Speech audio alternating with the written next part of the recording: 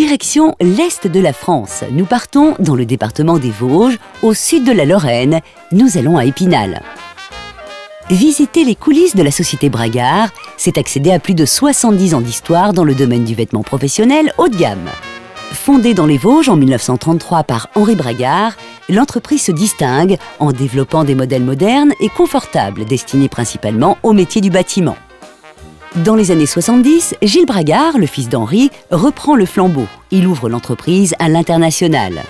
Présent dans les métiers de service et le monde médical, le nom de la société s'impose essentiellement dans le domaine de la restauration. Et aujourd'hui, c'est une référence pour l'habillement des grands chefs.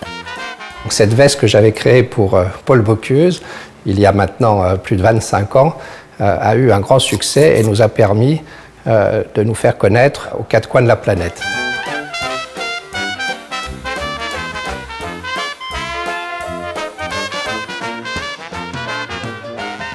Comme elle se plaît à le préciser, Monica Bragard n'a pu échapper à sa destinée.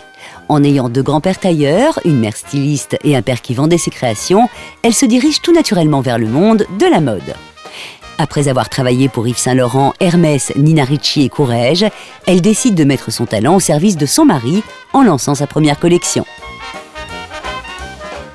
Donc j'ai créé il y a quelques années une nouvelle ligne pour Bragard qui s'appelle Cooking Star et qui s'adresse aux chefs plus jeunes qui avaient envie un petit peu de se démarquer des grands chefs comme Paul Bocuse, comme cette génération de chefs. Et là, ce sont des vêtements qui sont traités tout à fait différemment. Mon inspiration vient principalement des vêtements de sport. Là, vous avez justement l'illustration. Et mon inspiration, c'est un petit peu le blouson de moto, mais qui va me servir à faire une veste de cuisine avec deux couleurs. Là, je vais vous mettre un tissu qui va être aéré pour que le tissu respire et que le cuisinier n'ait pas de problème de transpiration. Également, dans cette ligne Cooking Star, je commence à faire pas mal de tenues de femmes parce qu'il y a de plus en plus de femmes cuisinières. Et je trouve que c'est joli de les féminiser parce que jusqu'à présent, elles avaient tendance à mettre des vestes d'hommes. Du commis au grand chef, en passant par l'infirmière, le médecin, l'hôtesse de l'air, la femme de chambre ou bien le serveur, Bragard est aujourd'hui leader en Europe du vêtement professionnel haut de gamme. Voilà, j'ai déposé mon panier de pâtissons chez le grand chef Michel Portos du Saint-James, un hôtel-restaurant d'ailleurs construit par l'architecte Jean Nouvel. Je vais rejoindre Michel Portos et on cuisine les pâtissons. Alors d'un côté, des pâtissons, de l'autre, un grand chef. Et qu'est-ce qui va se passer? On va essayer de faire une recette. Oui, Patrice, on va faire une recette qui n'est pas réellement une recette, je dirais, à manger au quotidien. C'est juste, ça va être des condiments, c'est-à-dire une recette d'accompagnement pour viande froide ou pour poisson. Dans le même esprit, je dirais que le cornichon. Mais c'est un peu la même famille, hein, le pâtisson, la courgette, voilà, le cornichon. On est sur le même état d'esprit. Donc, dans un premier temps, qu'est-ce qu'on va faire? On va l'ouvrir. Vous allez voir, à l'intérieur, c'est bien blanc, bien ferme. On va le pocher. Alors, on va vous couper en quartiers. Il faut faire des gros quartiers. Hein. L'idéal, si vous les trouvez sur le marché, c'est de prendre des tout petits. Oui, les plus petits. À ce moment-là, de faire que les petits, et à ce moment-là, on peut les garder entiers. Alors, avant de les pocher, on va mettre quelques tomates cerises avec un petit peu de vinaigre d'alcool. On va y mettre un petit peu de poivre noir. On va y mettre de la graine de moutarde. Oh, de la graine de moutarde, d'accord. Voilà. Un petit peu de thym frais. Quelques gousailles. On est sur de l'ail frais.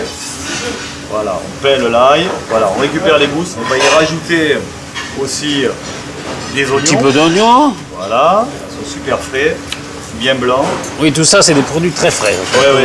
Voilà. Donc là, on a notre préparation. D'accord. De base. Alors, avec les tomates, le thym, l'ail. On va y rajouter un petit peu d'estragon. Ça, c'est pour le côté aromatique. Et estragon. Voilà. Même on rajoute un petit peu de vinaigre. Et on laisse reposer un peu là-dedans. Et ça, on va laisser le temps de la préparation. On a les pâtissons, on va les cuire, on va juste les ébouillanter. D'accord. C'est un légume vert. Donc, on a mis une chauffante, pleine ébullition. Chauffante, c'est de l'eau. De l'eau avec du sel. Et du gros sel, qui est en pleine ébullition.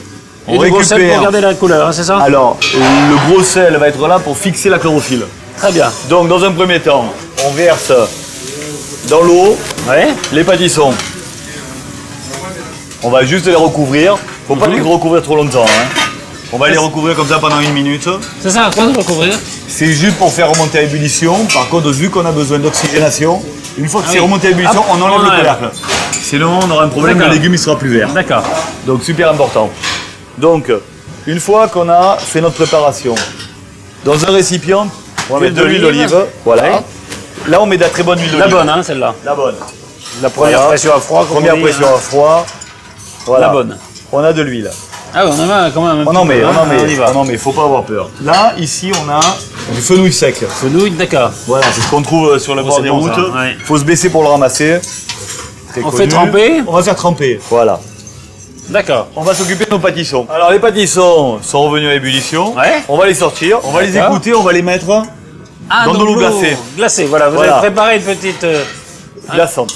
Des glaçons. Voilà, des glaçons. Et ça sert à quoi? Ça va passer du chaud au froid? Alors, le chaud froid, c'est le choc thermique qui va servir à garder la couleur bien verte. D'accord. Du pâtisson. Et la refroidir très vite. Les refroidir très vite. Voilà. Choc thermique. Hein, on va du très chaud au très froid. Au très froid. On a mis à chauffer une poêle. On récupère un petit peu d'huile d'olive. On va égoutter nos pâtissons qui ont été... voilà. On égoutte et on remet dans la poêle, Patrice. Tu y vas? On y va. Allez. On verse tout. Voilà. Surtout, on ne fait pas trop chauffer. Il faut surtout pas de coloration. D'accord? D'accord. On va en mettre juste un petit peu de poivre mignonnette, un petit peu de graines de moutarde. Voilà. On les poêle en les faisant transpirer sans les faire colorer. Hein. Hyper important. Hein. Et on évite de les faire tomber à côté. Ouais, ça c'est fort ça.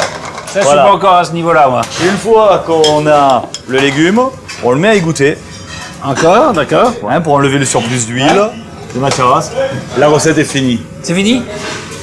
Mais on a encore tout ça. Alors regarde. On a encore tout notre huile d'olive. C'est pas compliqué. On prend une écumoire. On va mélanger ceci. Ce qu'on avait fait là au premier, voilà, là, dans le vinaigre. Comme ça. Avec, ils sont encore tièdes, hein, les pâtissons. Oui, les pâtissons sont encore tièdes. Voilà, on remue. Oui, parce qu'ils viennent de recuire dans l'huile, là. Hein. On va juste rajouter le vinaigre. D'accord. Ils absorbent, voilà, ils vont absorber un petit peu de vinaigre là, encore chaud, voilà. Et là, on fait un joli bocal. Ah, génial. De pâtissons. Alors c'est plein de couleurs. Et c'est beau, oui. C'est magnifique. Voilà. On va y rajouter maintenant de l'huile d'olive pour remettre à niveau. Il faut qu'il y en ait jusqu'au haut. Voilà, il faut aller jusqu'au haut. Hein. À partir du moment où c'est dans l'huile, vous pouvez le conserver pratiquement, on va dire, une dizaine de jours au réfrigérateur. Hein. L'idée, c'est de le faire, on peut le faire simplement, aussi avec un bocal qui se referme. Qui se referme, oui, ça, si on peut le fermer, c'est peut-être voilà, bien. on peut le fermer. Là, c'est d'un point de vue esthétique. Là, c'est plus joli, mais... C'est super sympa de faire ça, ça instantanément, c'est-à-dire à partir du moment où vous allez faire ça le matin pour le midi ou pour le soir.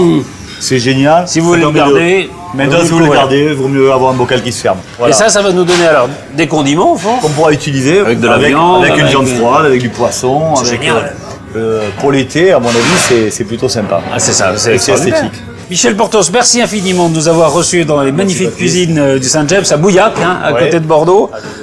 Bravo pour cette recette des potirons, comment on dit? Potirons condiments. En condiments. Voilà, l'émission est malheureusement terminée, mais nous on va se retrouver très vite, peut-être ailleurs, hein, pour un nouveau rendez-vous gastronomie et art de vivre. Salut!